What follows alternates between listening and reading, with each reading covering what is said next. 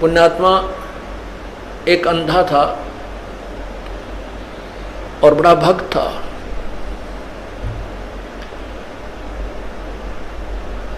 बड़ी साधना करा करता था। एक बार उसको दस्त लग गए, पेचिस लग गए, उसको लूज मोशन हो गए। और लूज मोशन इतने हो गए, उम्र भी उसकी अच्छी हो गई थी, 60-70 के आसपास। इतने लूज मोशन हो गए कि वो समझ गया ना कोई दवाई काम करे। तो उसको पता लग गया कि अब तेरा जाने का टाइम आ गया है, अब नहीं रह पाएगा। इस दृष्टिकोण से उसने सोचा यहाँ क्यों दुखी करा, कोई एक आधा व्यक्ति टूटा फूटा हुआ है, यो कपड़े धोने में लग गया रहा है। तो उसने सोचा कि जंगल में जाकर के इस शरीर को त्याग दूंगा, वहीं मर जाऊंगा, 1-2 दिन में भूखा प्यासा, दस्त लगी रहे हैं, खत्म हो जाऊंगा, और वहां इस 100 को कोई पशु पक्षी खा पी लेंगे, उसको उनका उद्धार हो जाएगा।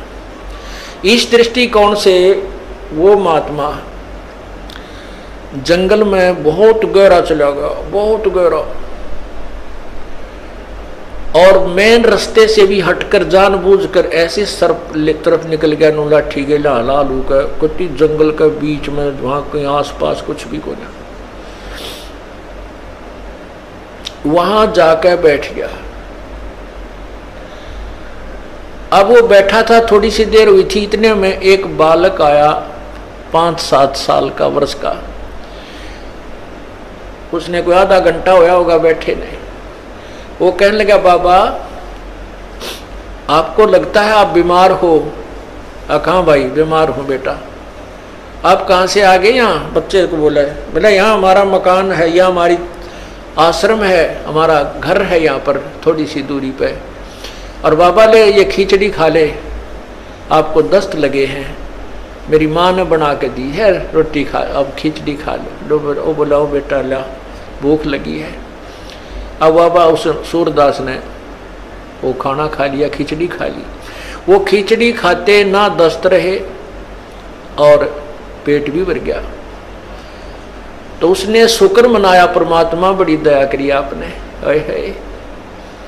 हे परमात्मा आप यहाँ भी साथ है। देख कितना छोटा आदमी को यहीं पर आपके बच्चों ने मेरी सेवा कर दी।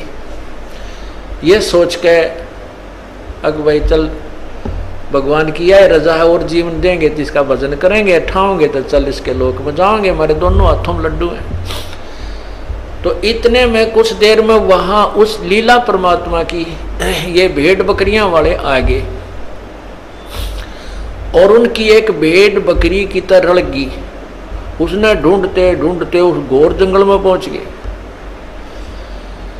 वो बाबा जी लौट रहा वहां पर। वो कहने लगे, महात्मा तू यहाँ कैसे आ गया?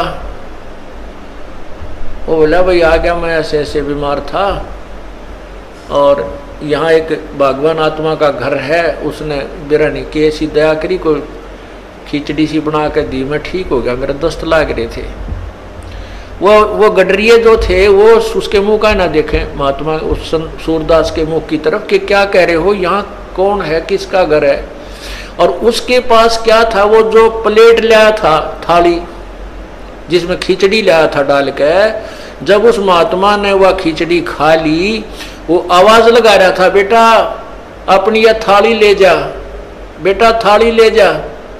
उधर से वो गडरिया आगे, जो वो रट लगा रहा था, तो गडरिया बोले, बाबा किसको आवाज लगा रहा है तू? बोला, भाई यहाँ कोई एक घर है, और उन्होंने ये खिचड़ी बना के भेजी थी, बेटा उनकी थाली, वो बालक था ना ले गया होगा थाली, या थाली को उनको ले जाएंगे अपनी। वो कहने लगे, बाबा जी तू यहाँ कैसे आ गया ऐसे घोर जंगल में? यहाँ ना कोई घर है, यहाँ से 5-7 कोस तक तक कोई गांव भी कोई ना, तू घर की बात करे, यहाँ कोई घर नहीं है, ये थाली कहाँ से आ गई तेरे पास? ने बोला, भाई मन ने बेरा है कितना आएगी, जब बेटा कोई है ही नहीं, या कोई घर नहीं, तो मौन साध गया। अको हे भगवान, हे परमात्मा, आप यहां भी साथ। अब क्या होता है, वो बाबा जी उठकर चल पड़ा।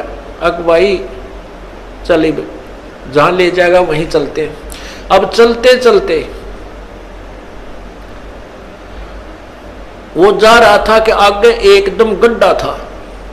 वो गड्ढा ऐसे स्टाइल में था जय वो स्पीड उसकी इतनी थी बाबा जी की कि वो लाठी थोड़ी टेका था, कदम गणे दर था। इसी उमंग सी हो रही थी कोई है भगवान आज मेरा जीवन दान कर दिया भगवान, इस उमंग में चल रहा था। तो ज्यों ही वो गड्ढे में गिरने को हुआ तभी एक व्यक्ति ने उसका हाथ पकड़ के और उल्टा ले लिया। ने बोला बाबा आगे इतना जबरदस्त गड्ढा है, तुम गिर के मर जाता, वापस हो ले, ये रास्ता ठीक नहीं। तो उस संत ने उसके बचाने वाले का पैर पकड़ लिया, नो का नो नीचे एकदम पैरा में गट गया। नो बोला परमात्मा जब तक निकल गए थे मेरे हाथ से, आज नहीं छोड़ू तेरे, जब तुम वो पहचान नहीं सका आपको आज नहीं छोड़ू, मन मत बकावे। नो बोला बाबा क्यों मेरे गल पड़ गया, मैं तो एक राह चलता आदमी हूं और ये तो सूत बैठ गया, तू मर रहा हो, मैं भगवान ने भेज दिया यहाँ तेरे को बचाने के लिए। नो बोला ना, एक बार धोखा खास गया सूरदास, दूसरी बार नहीं। और फिर उसने छुटा लिया वो पैर हाथ। ने बोला छोड़ तू मेरे गले पड़ गया। जब वो कहता है, कहने लगा कोई बात नहीं, तू सारी सृष्टि का मालिक है और मैं बोधा जी तेरा मेरा के मुकाबला है कि मैं तुझे पकड़ सकूं, लेकिन सूरदास के दिल ते निकल जा जब देखूं कि सा बलवान तू। नो बोला हीना जान के कमजोर निर्बल जानो और पैर छुटा गया है, अति बलवान तू है, सर्वशक्तिमान तू, लेकिन सूरदास के दिल ते निकल जा जब जानू कि सा बलवान तू। कहते हैं उसी समय उसके दिव्य भी वह दृष्टि भी खुल गई और भगवान ने सामने दर्शन दिए, जिस भी रूप में वो पूजा कर रहा था। अब देखो पुण्यात्माओं, परमात्मा पूर्ण ब्रह्म कबीर परमेश्वर इस भक्ति काल तक इस जीव को लाने के लिए, भक्ति की आस्था बनाए रखने के लिए 100 छल छिद्र करता है।